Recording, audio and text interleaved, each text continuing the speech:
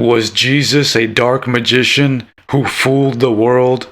This is what many Jews believed and taught during the Middle Ages.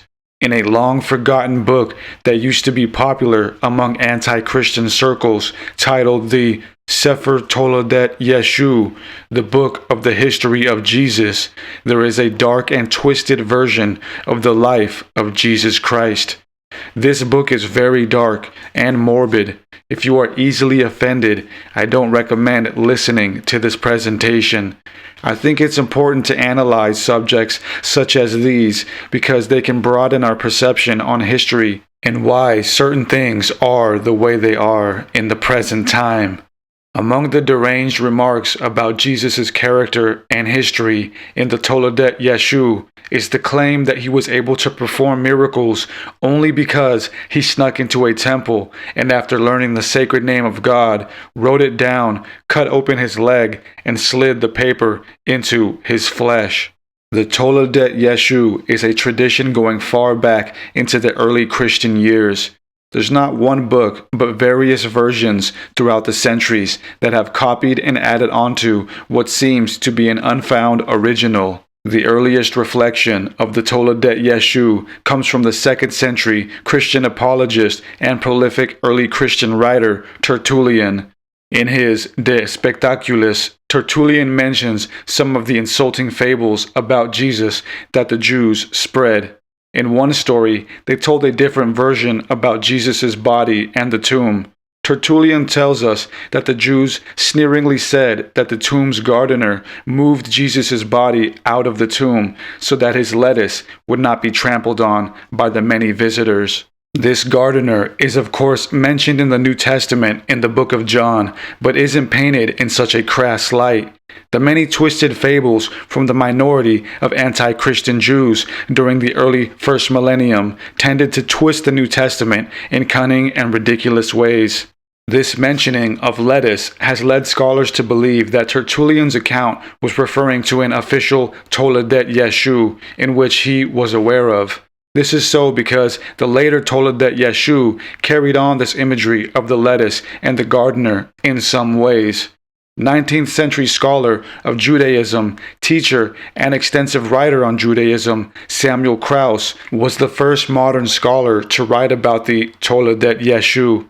He has been quoted as saying that although Tertullian's account doesn't mention the actual book, it is the closest we can get to the original. Samuel Kraus's exposition into the Toledot Yeshu in his 1902 work is regarded as the source authority for the beginning of academic research on the subject. Many, however, have read and commented on this strange book throughout the Middle Ages and beyond. One famous person to do so was Voltaire. In his 1760s Philosophical Dictionary, Voltaire denounces the work as the most despicable and most exaggerated work against Jesus. In a letter he wrote to the Prince of Condé, Voltaire believes that the Toledot Yeshu is the most ancient Jewish writing against Christianity. Although the Toledot Yeshu is a composition of many different manuscripts stretching across centuries, the oldest known manuscript is the Aramaic manuscript found in Cairo, Egypt. This official Toledot Yeshu manuscript dates to about the 10th century. It was found in the Geniza of the Ben Ezra Synagogue in Cairo. A Geniza is a storage room in either a Jewish temple or cemetery of olden text of importance. This specific Geniza was ignored until the mid-18th century when the first European scholar came across it. However, they paid little attention to it. It wouldn't be until the late 19th century when two Scottish scholars, the twin sisters Agnes S. Lewis and Margaret D. Gibson, further investigated it and brought back some manuscripts to Cambridge. From there, it was realized that the Geniza had documents of extreme importance. This Geniza held the largest and most diverse collection of medieval manuscripts in the world. Although the oldest manuscript of the history of Jesus dates to the 10th century, as I've pointed out, there are mentions of similar tales older than that time period, which indicate that the Toledot Yeshu is a very ancient tale. The oldest known mention of something directly reminiscent of the Toledot Yeshu comes to us from the 9th century. The then Archbishop of Lyons in France, Agobard, was a fierce contender for the church and stood up against the overpowering empire seeking to diminish the church's authority. He is also known for being aggressive towards Jews, specifically towards their anti-Christian sentiments. He was also a writer of many books. In his 9th century work titled De Judaicis Superstitionibus, written in 826, he relays certain peculiar ideas that the Jews taught.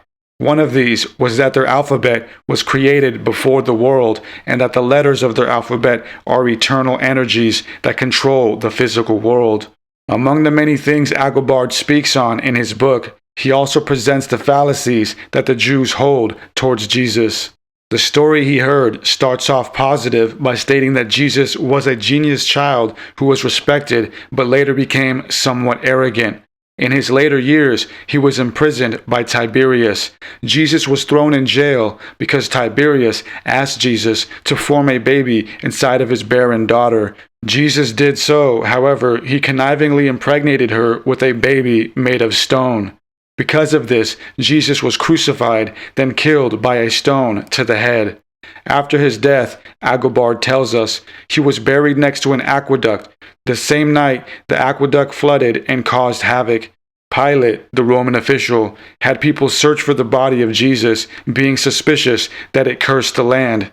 His body was not to be found, and because of this, Pilate commanded the Jewish people to worship Jesus, shouting that the Jews were wrong for disbelieving in the words of Jesus. He did so out of anger for them, bringing about this curse on the land through their disbelief.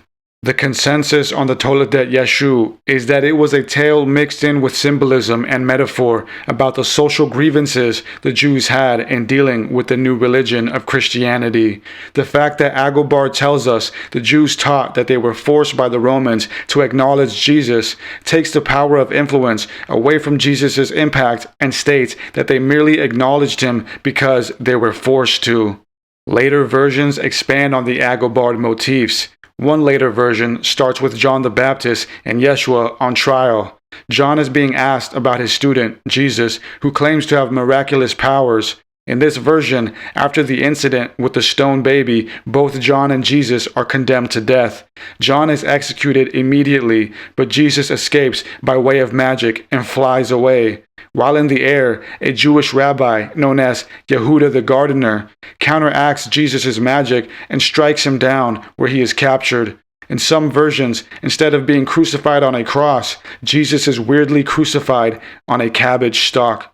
In the Aramaic version, instead of Jesus being buried, Yehuda the gardener keeps Jesus' body as proof that he did not resurrect and drags it across the city.